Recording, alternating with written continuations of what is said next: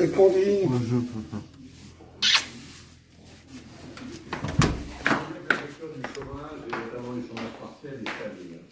Donc, au boulot, c'est en substance ce que nous dit l'opinion ce matin, en titrant les aides publiques à l'heure du dégrisement. C'est la fin du quoi qu'il en coûte du président de la République. Ce terme de protection qui s'est abattu sur la France, mais qui plombe ses finances. À partir de juin, la prise en charge par l'État de l'activité partielle a diminué. Par exemple, nous cite l'opinion, les parents qui choisiront de rester à la maison pour garder leurs enfants ne toucheront plus les indemnités journalières exceptionnelles. Et l'opinion donne des chiffres. Les salariés des 890 000 entreprises françaises rémunérées tout ou partiellement ne vont pas coûter 24 milliards, mais 30. Voilà pourquoi Bruno Le Maire veut que le pays se retrousse les manches. Voilà pourquoi il dit au boulot quand Édouard Philippe dit prudence. Alors, est-ce que c'est politiquement incompatible, boulot et prudence? Est-ce que c'est politiquement contradictoire? Cécile Cornudet, dans Les Échos, veut croire que non. À condition de réussir ce qu'elle appelle la révolution culturelle en 21 jours. Une révolution culturelle qui bouscule notre rapport à nous, Français, à l'État et à l'égalité. Le rapport à l'État, c'est qu'il va falloir assumer la fin du biberonnage public, et le rapport à l'égalité, accepter un déconfinement différencié selon les régions. Tout ça avec prudence et sens des responsabilités et en se faisant confiance. Autant vous dire que c'est pas gagné, puisque les Français font partie des peuples qui ne se font pas confiance. Même si dans le Figaro, Édouard Balladur défend d'une longue tribune toujours équilibrée, dans laquelle il défend, je le cite, l'innovation à la française, la défense de la nation, encore elle, et l'ouverture au monde, mais il met en garde contre un État omnipotent. Alors pour mobiliser les Français, il faut surtout des figures positives, des visages qui incarnent une volonté et une bienveillance nationale. Ce qui viendra après vous, donc Brigitte Macron, homme de parrainage. D'une certaine façon, oui, dans un palais de l'Élysée déserté, où ne demeurent que quelques ultimes conseillers, le président de la République bien sûr, vous avez Brigitte Macron, la première dame, qui ne jouera pas le rôle de belle endormie. Et elle a cette formule, tenir le journal de mon confinement dans un palais entouré d'1,5 hectare de parc serait ridicule. Alors Brigitte Macron lève des fonds, Brigitte Macron soutient les hôpitaux publics dont elle préside la fondation, Brigitte Macron en visioconférence, toujours dans match avec les médecins et chercheurs, Brigitte Macron qui encourage. Mais Brigitte Macron toujours politique, pas question de donner son avis sur la chloroquine par exemple et de prendre parti pour ou contre. Didier Raoult est interviewé quelques pages plus loin. J'ai mis aux entourneaux Brigitte Macron quand il s'agit d'évoquer la crise des masques. Mais elle n'a pas peur de répondre à cette question. La crise sanitaire sera-t-elle celle de trop après les gilets jaunes, celle de trop comprendre pour son mari, pour Emmanuel Macron? Voilà ce qu'elle répond. La première dame confinée, elle répond, ça dépendra de comment on sort du confinement. Donc hypothèse d'échec. On lira aussi dans Match un reportage sur les enfants accusés et innocentés d'être de très efficaces vecteurs du coronavirus. Réalisé en région parisienne par 30 pédiatres, une étude sur 600 jeunes de moins de 14 ans dément la thèse selon laquelle ils seraient les principaux vecteurs du virus. De quoi dissiper l'inquiétude des parents avant le retour à l'école. Mais ce matin, une inquiétude chasse l'autre dans vos journaux, notamment dans le Figaro et le Parisien aujourd'hui en France. Des médecins de l'hôpital Necker notent une augmentation du nombre de jeunes avec un syndrome inflammatoire sévère, potentiellement lié au Covid-19, mais rien n'est certain, comme d'habitude, avec ce virus. Des observations comparables ont été signalées par l'Institut de santé britannique. Une plateforme va être lancée en France recensant tous les cas suspects. Et puis en Libération, parole de télétravailleurs. Libération pèse le pour et le contre du télétravail, donnant la parole à des salariés qui l'ont expérimenté depuis le confinement. Et même avant, c'est pratique, c'est souple, mais on ne peut plus s'arrêter. C'est sans fin pour Philippe, employé de banque. C'est frustrant pour Dominique, c'est que du bonheur pour Bruno. La sociologue Danielle Linard pointe une réalité pourtant. L'activité en télétravail se retrouve déconnectée de sa finalité sociale. Et c'est vrai que le travail a une finalité sociale. Autrement dit, c'est mieux quand on est physiquement ensemble. Mais dans le monde, dans les pages débat, être ensemble ne suffit pas pour Annabelle Martin-Gollet, professeure de français en lycée en Ardèche. Cette enseignante estime qu'il est impossible, je dis bien impossible, d'enseigner avec un masque sur la figure.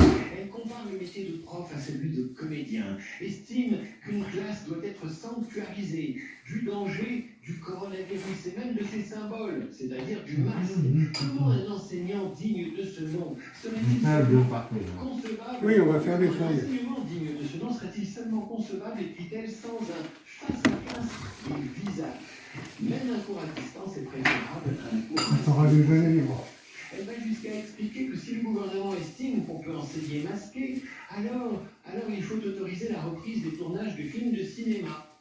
Et pour les maths et la grammaire, c'est pareil, écrit-elle encore, celle qui conçoit son métier comme une comédie parfaitement sincère. Alors je m'arrête là, sur cette tribune, mais il faut lire ce texte parce qu'il concentre tous les délices et toutes les turpitudes de l'esprit français.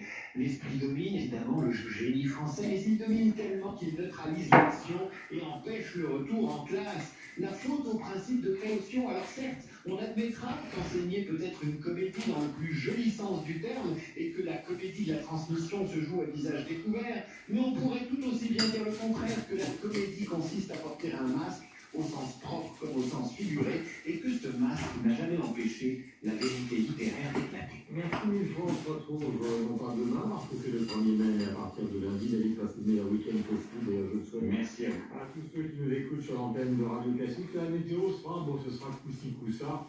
Nous avons rendez-vous avec deux personnages que vous connaissez bien sur l'antenne de Radio Classique. Esprit libre, qui connaissent particulièrement bien les problèmes économiques, c'est la thématique de ce matin, il s'agit de Nicolas Bouzou, et donc de Guylaine Hôtel-la-Mer du magazine Challenge. Ils sont en direct, et nous sommes en direct, il est 8h44. Les grandes aventures d'entreprise exigent de la persévérance. Edify, actionnaire des ETI en croissance, les accompagne dans la durée. Chez Edify, nous bâtissons une relation de confiance entre actionnaires et dirigeants. Edify, plus loin ensemble. Et avec Edify, retrouvez Fabrice Lundi dans Ambition ETI, chaque lundi à 19h sur Radio Classique. Découvrez le premier site internet de cours de piano en ligne, jejoudupiano.com. Jejoudupiano.com, c'est plus de 200 cours en images par les plus grands pianistes et professeurs. Sur jejoudupiano.com, profitez des conseils de Marie-Joseph Jude, Marc Luzada, Jacques Rondier ou encore Bruno Rigouteau. Débutants ou confirmés, les cours adaptés à tous les niveaux sont sur jejoudupiano.com. Abonnez-vous dès maintenant, une offre découverte vous attend. Vous êtes propriétaire et vous souhaitez avoir un complément retraite. Grâce au Viager, obtenez un bouquet et une rente à vie tout en restant chez vous. BM Viager vous accompagne avant, pendant et après la vente de votre bien. 01 43 43 43 77. 01 43 43 43 77. BM Viager, la référence Viager. Cobuzz s'engage pour soutenir le monde de la musique. Cobuzz, c'est la plateforme d'écoute et de téléchargement musical avec une qualité de son inégalée. Plus de 50 millions de titres dans tous les genres, une ligne éditoriale singulière et partage jamais autant de soirées musique aujourd'hui. En ce moment, Cobuzz reverse aux artistes 5% de ses revenus pour votre premier mois de souscription payée. Et vous aussi, soutenez ceux qui font vivre la musique. Abonnez-vous à Cobuzz pour 15 mai et bénéficiez d'un abonnement gratuit. Cobuzz, pour une expérience musicale authentique. Aujourd'hui plus que jamais, Intermarché vous encourage à soutenir les maraîchers français en achetant de la salade de jeunes pousses de saison. Nous l'achetons au prix juste aux agriculteurs et la revendons en ce moment à prix coûtant dans nos magasins. Les maraîchers se mobilisent pour approvisionner nos rayons, mobilisons-nous pour eux. Chez Intermarché, Netto ou ailleurs. Intermarché, tout suivi. Marquez sur Instagram, Origine France. Jusqu'à fin de modalité sur intermarché.com. Radio Classique.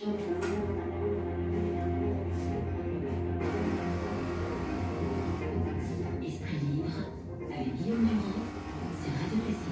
Dans une situation paradoxale, car il y a une résilience chez les Français qui suivent parfaitement le confinement, mais il y a aussi une exaspération, c'est-à-dire un moment où on en a un petit peu marre, il faut être clair, de rester chez soi, même si le télétravail fonctionne, et même si les inquiétudes sont considérables sur le rebond éventuel de l'épidémie. Après, donc, le 11 mai, Vincent Guillet, bonjour, je viens de vous travailler pour le magazine Challenge, il y a notre honneur, que vous connaissez de l'économie, autour de l'existence de la Challenge. Juste après, l'interrogation qui est celle de ce matin, qui est un peu la ligne générale de la presse, c'est au fond, est-ce qu'on n'en fait pas trop dans le domaine de la prudence, au détriment de l'économie? On vient d'avoir les chiffres de lycée concernant le produit intérieur brut, au détriment d'une économie qui redémarrerait très très lentement.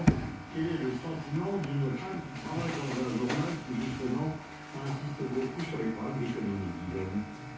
Oui, c'est le grand débat qui monte, est-ce qu'on n'en fait pas trop? Certains même en privé vous diront, ben oui, les personnes les plus âgées, pareil, enfin, ça coûterait finalement plus cher à terme de laisser l'économie complètement se détériorer.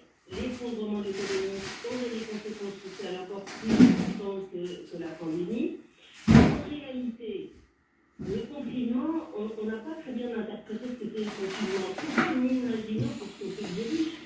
C'était simplement un retardateur